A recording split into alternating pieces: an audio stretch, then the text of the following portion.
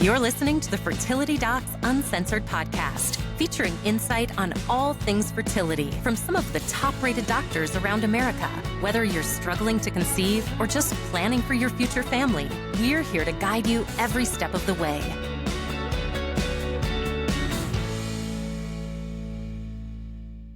Hello, everyone, and welcome to another episode of Fertility Docs Uncensored. I am one of your co-hosts, Dr. Carrie Bedian from the Fertility Center of Las Vegas, and I am with my audacious, bodacious, crazy, delightful, exceptional co-host, Dr. Susan Hudson from Texas Fertility Center. Hello. And Dr. Abby Eblin from Nashville Fertility Center. Hi, everybody. And today we are joined by Leslie Kenny, who is a patient advocate and fertility patient, but is also the co-founder of the Oxford Longevity Project, which is a not-for-profit, and then the founder of Oxford Healthspan. And so we're going to talk with her about some of the supplements and really a different approach supplement-wise than what we have ever talked about before on this podcast. But we are very happy to have you with us today, Leslie. And you were telling us, we were asking about, what random factoid should we talk about you? And you, hands down, came up with one of the best immediate, most unique thing we have ever heard. And so we're delighted to have you with us today. And how are you? I'm very well. Thank you very much. And lovely to meet with you. Saying a shout out from Oxford, England here. You don't have an English accent at all. How does that come to be? I was really looking forward to reveling in that accent, but how did that? I'm originally from Orange County, California, but found myself in this wonderful Disneyland for academics known as Oxford. So you were telling us about how previously you were given a designation that none of us were expecting from an academic. So tell us what that designation is, who gave it to you, how that came to be, because we want to know all the details. So in 2000, I was called the High Priestess of Sex in China by both the International Herald Tribune and by Italy's leading daily newspaper, Corriere della Sera.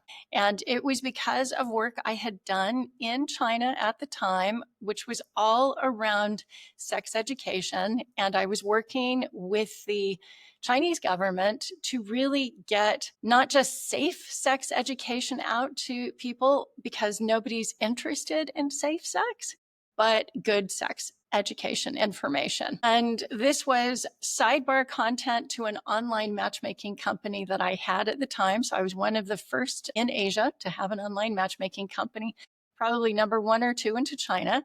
And the government didn't want me to operate there. They said, this is going to promote promiscuity and we don't want this. And I said, well, let's try and make this a win-win for everyone. You have about 300 million young people moving from the countryside to the cities. And previously, your Family Planning Association had a woman, a sort of grandmother figure on every single street that would check every woman's menstrual cycle to make sure they were not pregnant if they'd already one child. So they had 81 million volunteers across China who checked all women's menstrual cycles. Yes, to make sure they'd not miss them. But when this huge demographic shift happened, along with the modernization of the country, they had no way of controlling what was happening with this group of 300 million young people. And I said, what I do know is that they are all going to internet cafes and they're relying on their mobile phones to get jobs. And so if we can reach them where they are, we have the opportunity to provide them with some really useful information, but you have to make the useful information appealing. It can't be like your grandmother saying, this is how you should do it. So it's got to be fun, and I can help you do this. I worked with a bunch of sexologists to help create the content. We did this content also in India and worked with fertility doctors there. So yeah, that's how that came about.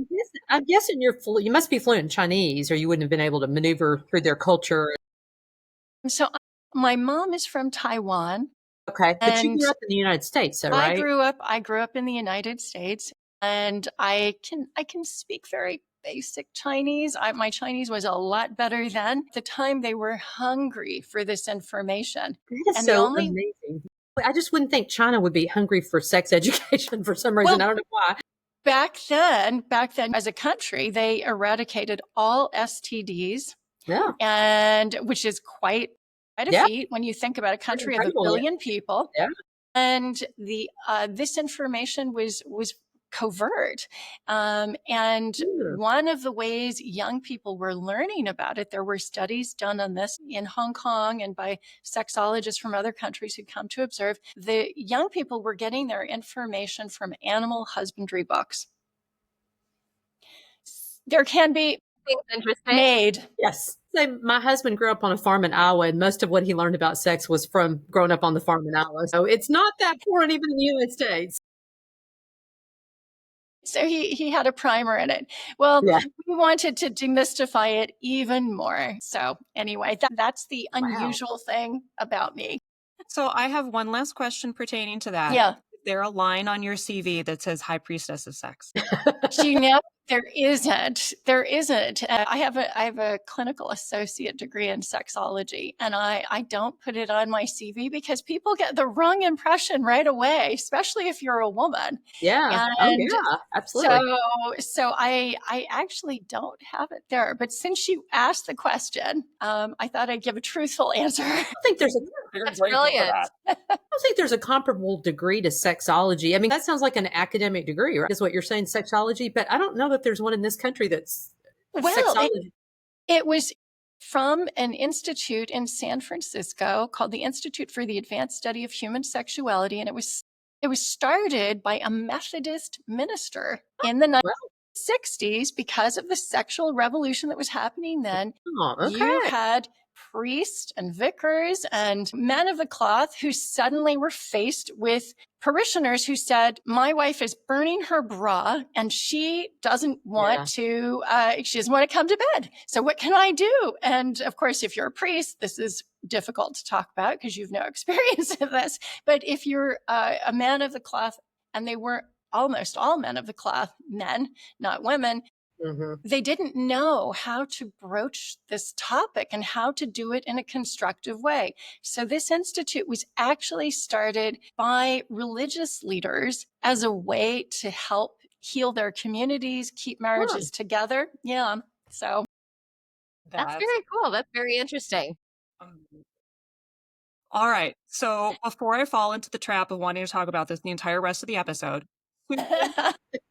Susan, do we have a question of the week before we launch into our technical discussion with Leslie? Yes. Yeah. Okay. So here is our question of the week. Hi, doctors. Great podcast. Thanks for doing it. Thank you so much for listening. I have a question for you about unexpected poor responders and dominant follicles. I have recently turned 41 years old. My wife and I are using donor sperm and went straight to IVF given my age. At my initial appointment, my AMH was 3.0 and AFC was 15. My doctor told me I was lucky. I recently attempted my first egg retrieval cycle, which my doctor suggested I cancel 7 days in.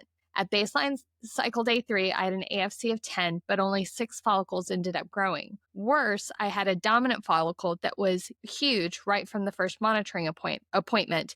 I think 16 millimeters after 5 days with everything else under 10 millimeters. I primed with estrogen before this cycle. My doctor told me she was perplexed. Thoughts on dominant follicles? It can happen. It can happen whether you're 41 or 31 or 21. It's a little more likely to happen when you're in your late 30s, early 40s, but sometimes even the microscopic follicles are just a little bit of ahead in terms of size. And it sounds like when she started out, hers was already a little bit bigger than the other ones. I think if that were to happen again, they would cancel your cycle again and try something different. But that follicle start out ahead of the others. One school of thought now, and this has changed over time, is that if we see a dominant follicle, maybe if we just see one, but we see a whole pack of other eggs, which you may very well had, sometimes we'll just let you go ahead and ovulate that follicle, keep stimulating you, let that follicle just go by the wayside and really cater to the group of follicles. So if you had another group of follicles coming along, then it would be just as reasonable to keep going, ignore the dominant follicle, and hopefully those other smaller ones would come along. Sometimes it happens. I don't think it's that big of a deal. I think with your egg count being really good, I still think you have a really good chance of doing well with your next cycle. I think an important thing to also understand is I'm concerned because your physician appears completely surprised at this. You're 41.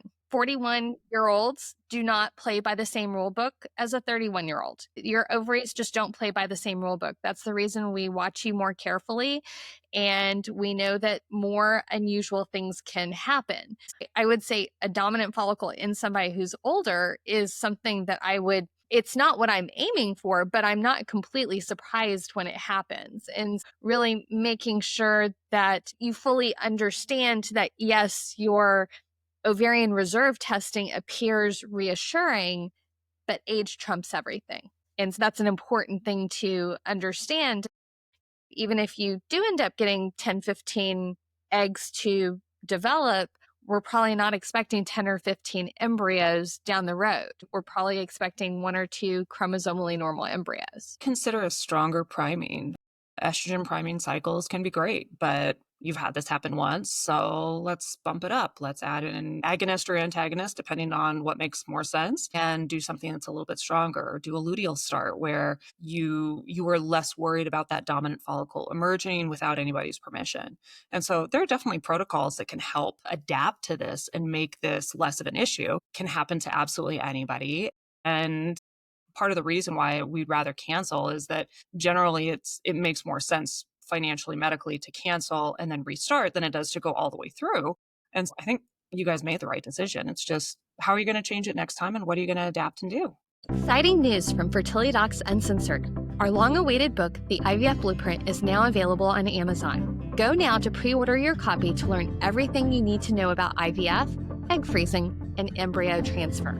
Did you know that you can cram decades of experience, science, and heartfelt advice into a book, and then the whole thing hinges on what happens in week 1? Yep, week 1 is basically the prom queen election of publishing. So if you've ever thought, I should check out the IVF Blueprint by the Fertility Docs Uncensored's crew, now is your moment to shine. Buying it early tells bookstores, hey, stock this. It tells publishers, people care about this. And most importantly, it helps get real information into the hands of people staring down fertility treatments with more questions than answers. The book's called The IVF Blueprint. It's for folks considering IVF, already in the thick of it, or just trying to figure out what the heck their doctor is talking about.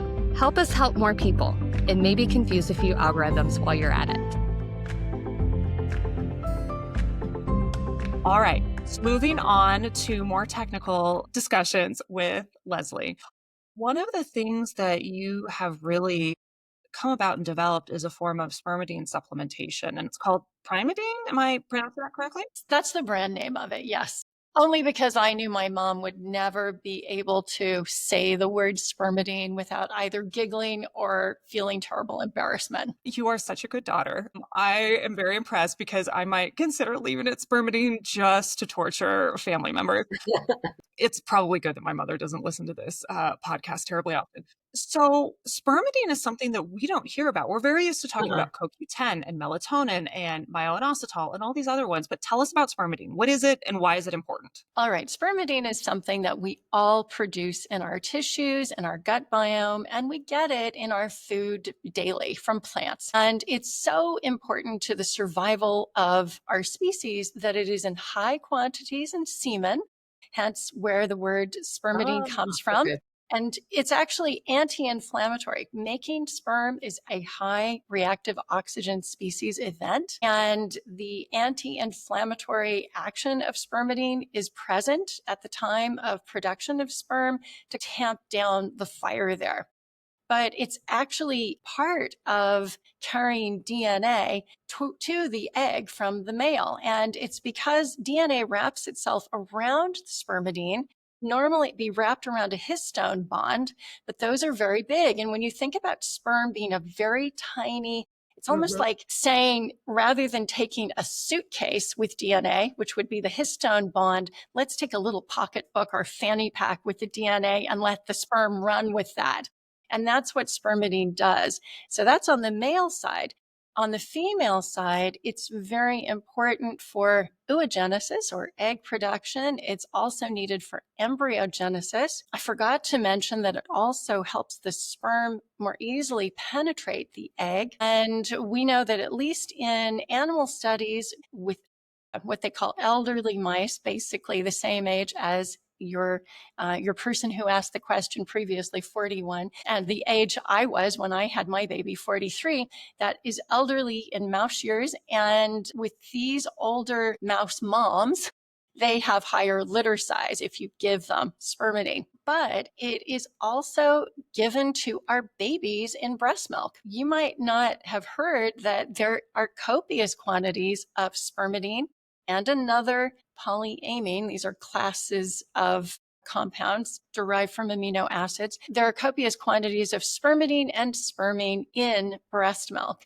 And depending on where the baby is at growth-wise, her body will automatically either upregulate the production of spermidine, which is needed for growth, or more spermine, which is needed for DNA methylation. That's turning good genes on, bad genes off. Yeah, so quite interesting. Yeah. Sorry to interrupt. Very interestingly enough, there's a newer test in our country called a sperm QT test. Do you know about that test? Or I don't. It's a DNA based test, and it looks for, the way we describe it to patients is, it looks for things in the DNA that will allow the sperm to bind to and penetrate the egg. So I wonder if this is a coding for spermidine then, because I've never heard of spermidine. It sounds like it. Penetration of the egg is called acrosomal reaction timing. That is what it assists with. And that's exactly what the sperm QT test looks for. Interesting.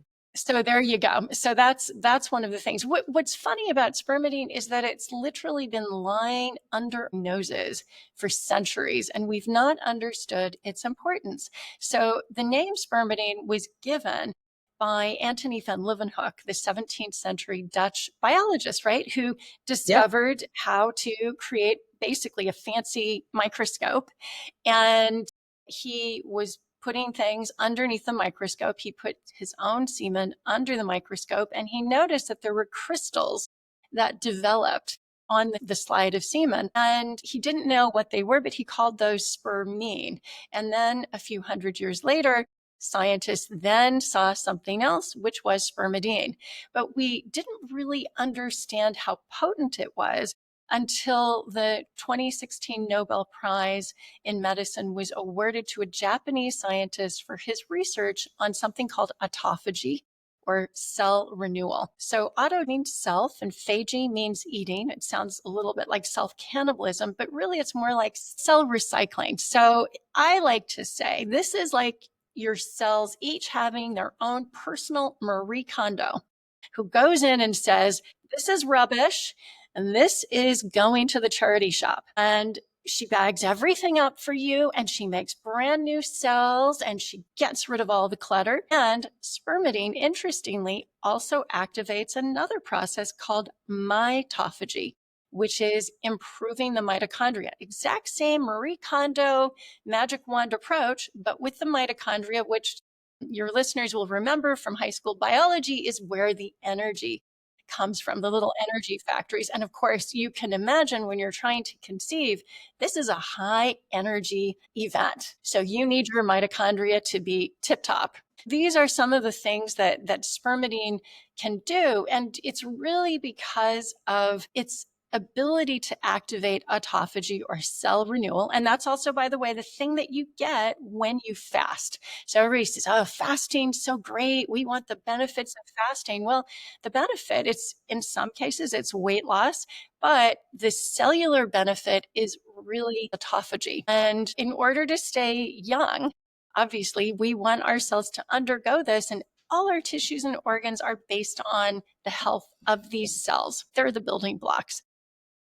That's what spermidine can do. It can do many other things, but I will stick to fertility for today. So when you fast, tell me again, what does that upregulate spermidine? Is that what you're saying? So it can upregulate spermidine, but interestingly, a study came out recently that showed that if you were fasting and you did not have any presence of spermidine in your body, you would not get the cell renewal benefits of fasting. So it's almost like you need both the key and the car to start the ignition. And fasting is one part of it, and it can work, but you don't want to just be on the standard American diet where you're not getting any plants into your life. You need some plants. And our gut can make spermidine. But if we've been exposed to broad spectrum antibiotics, then we could have destroyed the bacteria that actually make spermidine for us. So there's a problem there. Now, our tissue production is very high when we're infants, but as we get older, we stop all tissue production. So we are very reliant on the integrity of our gut and on getting it from our diet and plants. Big news for the Bay Area. Reproductive Science Center of the San Francisco Bay Area is expanding. A brand new state-of-the-art IVF lab is coming soon to Menlo Park, RSC's second in the region. With advanced fertility treatments, a high success rate, and flexible financial options, RSC helps hopeful parents take control of their family building journey. Visit rscbayarea.com to schedule your consultation. RSC is proud to lead the way in West Coast fertility care. So because we normally get it from the diet, this is how you've been able to create, I'm assuming, some sort of pill or powder to supplement? Yes, exactly. I realize that a lot of people, depending on what your diet is, some people just don't get enough spermidine in their diets. In, let's say a Mediterranean country or Sardinia, which has exceptionally long health span and lifespan, they get a lot of plants in their diet and a lot of high spermidine plants. So these would be things like legumes, mushrooms, peas, beans, and those are great. But in the US and in the UK where I live, people are getting about 1/4 the amount of spermidine that they're getting in places like Sardinia or Okinawa or the Nicoya Peninsula, where people have diets where they get a lot of plants with high spermidine content into their diets. So I decided to go to Japan, where Professor Azumi, the 2016 Nobel laureate for his work on autophagy, I wanted to go to Japan to see if they had a product that could activate autophagy that had a lot of spermidine. And they did. And I decided, well, just start bringing this to the UK and see how it goes. I'll bring it to the United States. I'd love my mom to be on it because it has really good longevity, healthy longevity benefits. And then people who knew about my patient background, not just as a former fertility patient, but as an autoimmune patient, said, hey, we can't take your product because it's got made from a highly concentrated wheat germ, and we can't have gluten. We're on the autoimmune paleo diet. And can you do something else? So that's when I went to Okinawa and I found a really unique strain of chlorella. And that had very high amounts of spermidine, and then put that into, those are in tablets and is actually in a powder that you can just put in your smoothie or in capsule form. But I really wanted to make it available to people in the minimum effective dose shown to benefit humans. And in the clinical trials, where the endpoint was cognition, improved cognition in older people, 1 milligram was the amount that was shown to be beneficial. So how big are these pills? Oh, they're not very big. I'm just sort of thinking, do I have any here in front of me? I'll just open this one up. The tablets are a little bit bigger, but the pills are sort of like this. They're capsules. And then here's a tablet. I don't know if you can. That's not bad. Yeah. Yeah, it's not bad. So it's 2 of those. We will be doing a powder of this too, just because so many people have pill fatigue. And we know people want it in a smoothie. And now a lot of people are incorporating this into daily healthy smoothie, put everything in, especially women who are on a fertility journey. They're going to be on a lot of things. And I do remember all the things I was taking, all the supplements, the prenatal supplements, and all the injections I was doing. Just opening a capsule and putting it into your smoothie, you could easily do that. That's all fascinating. And my brain is going about 16 million directions to figure out. So let's start with the practical ones. How much of this do you need to take a day, and how long do you need to be taking it to see an impact? So that's a really good question, and we should rely on the clinical trials to really guide us. There was a Canadian clinical trial, again, using highly concentrated wheat germ, and they gave 5 milligrams, a daily dose that I'm making and I'm suggesting to people based off the science is 1 milligram. But for this particular study, they did a 30-day trial. I think it was a cohort of 43 people, and mixed men and women, all under 50. And after 30 days, they could see cortisol had declined by 30%, that in men, the testosterone had increased about 49% on average. In women, the estrogen, the progesterone had gone up. But what was interesting was that the precursors, DHEA and pregnenolone, had also both gone up. And that fascinates me, that this must be improving through autophagy and mitophagy. By improving the mitochondria, by improving the health of the cell as well, you're able to then get a better hormonal effect from the ovaries, from the testes, and they're able to function better, to do the things that they already innately know how to do, but they're not as functional as they once were. And that was quite interesting. It would be great to have longer studies and not 5 milligrams.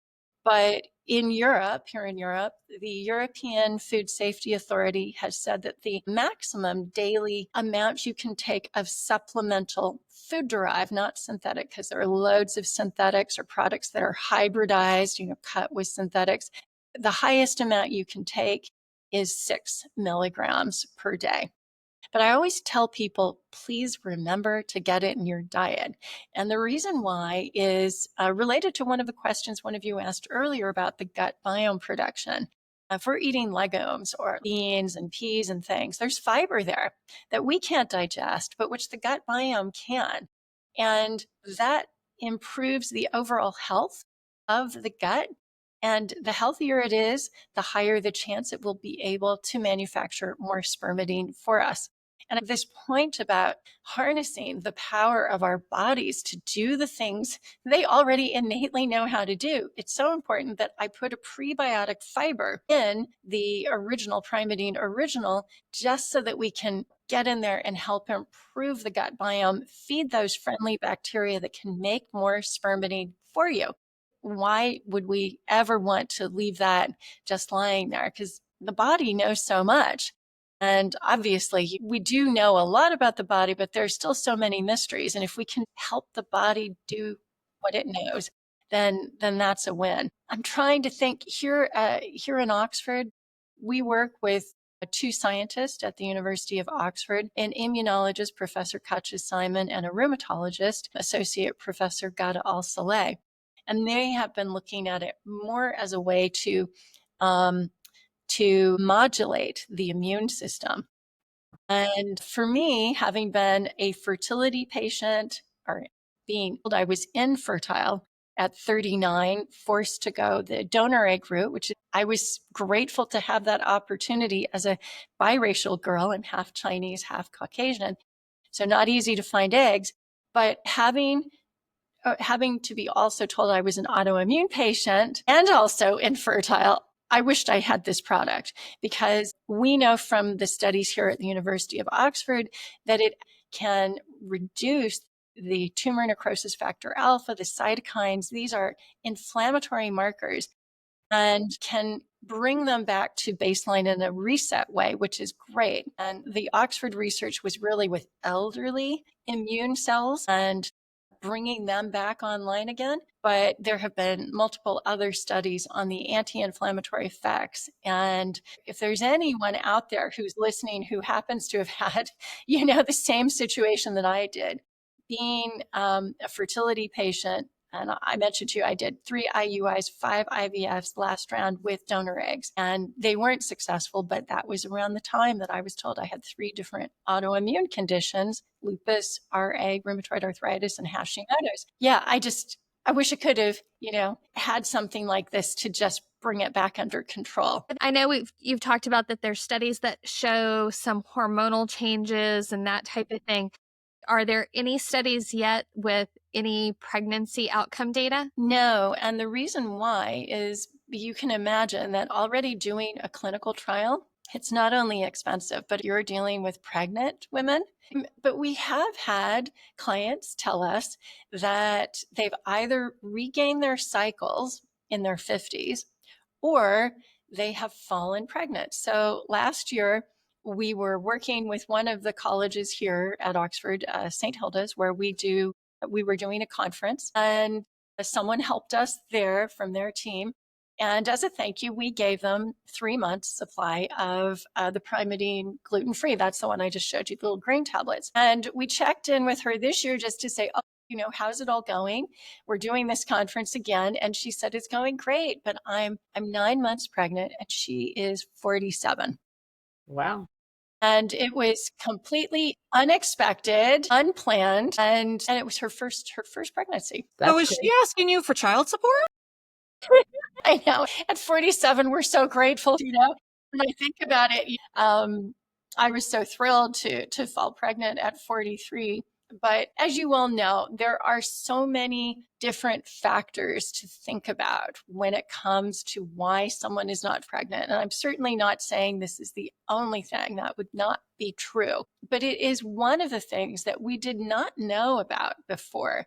And now the research, the preclinical research in animals is looking really interesting. And the food-derived supplements, and I would just caution anyone, do not go the synthetic route, because I'm not going to do a chemistry lesson here, but they are the difference between, say, strawberry Haribo gummies and real strawberries, right? And so the problem with the synthetics is that sometimes they work in the animals, but if you give them too much of the synthetics, it actually impairs fertility. So that was a study out of China, which was fascinating. They realized that there was a Goldilocks zone, but they didn't know what it was. And it will be different for each woman based on her weight, her metabolism, her ethnicity, her age. So go with food. It's the safest, or a food-derived supplement like Primidine. So Spermidine, you think, may have an impact with women because, again, it may help with cell division of the egg cell, or are there other impacts that Spermidine might have? Oh, it helps with the development of the eggs. So with the oogenesis, it helps with embryogenesis. It obviously helps with that acrosomal, acrosomal reaction timing. I'm very happy to share those studies with you. I don't know if you share them with your patients or not, but for you, it might be interesting just to know what's coming down the track. And I just know that you'll be wanting to know what the latest breakthroughs are, because that's just the nature of who you all are. Any impact on endometrium? Because the one area in our field that we really don't have a real good grasp on is what happens in the endometrium. When patients come and we do an embryo transfer and they don't get pregnant, like in your case, they're like, well, what happened? And we're like, we don't know. And I always say, unless somebody can develop an animal model somewhere down the road, I don't know how we're ever going to come up with that answer. Just curious from your perspective, being an infertility patient, looking at these, has anybody developed a animal model? Or what are your thoughts about its effect on endometrium? So autophagy will have some role to play. I don't know how significant that role is. What I will say is that endometrial quality or lack of endometrial quality was a personal problem for me. Mm-hmm. And that what changed it was getting my thyroid seen to. And it was not something for which I was treated. And I have heard of some clinics using very low doses of thyroid meds to We do all the time. Okay, good. So there, all about this. Yeah, very common thing for us to do, but it doesn't fix everybody, unfortunately. Okay. So that is an area that I can't speak to, and I wouldn't want to lead anyone down the wrong path. But I know that there is a study on this, and I will dig it out and I will send it to you. Yeah, that'd be great. Yeah. When you were talking about criminalization of hormonal parameters, I'm thinking about some of our gentlemen. I'm assuming it's the same in the UK, but there is a feast of testosterone going on in the United States right now. Yeah. And where every man over the age of 30 thinks that they need to get their testosterone tested, and they all think that they need to be on testosterone, which is really kind of sad, because a lot of them don't realize that that's a great way to eliminate your sperm production. And if you've been doing it for a long time, sometimes permanently eliminate your sperm production. And I'm curious, did you see that change only in women, or did you see that in men? Is that is the spermidine production, something that we see declining with age, which may lead to kind of the natural decline Yeah, in absolutely. testosterone Yes, profiles? they can be linked. I'm hesitant to say it is the only thing. Generally, these things are part of systems, but it is absolutely necessary for sperm production. From that Canadian study, and again, one study does not make all. We cannot draw all conclusions from just one study. It was to increase testosterone so dramatically in these men in only 30 days. And again, we're talking about a food derived wheat germ concentrate. Maybe it's not sexy enough, but honestly, it's not going to hurt you.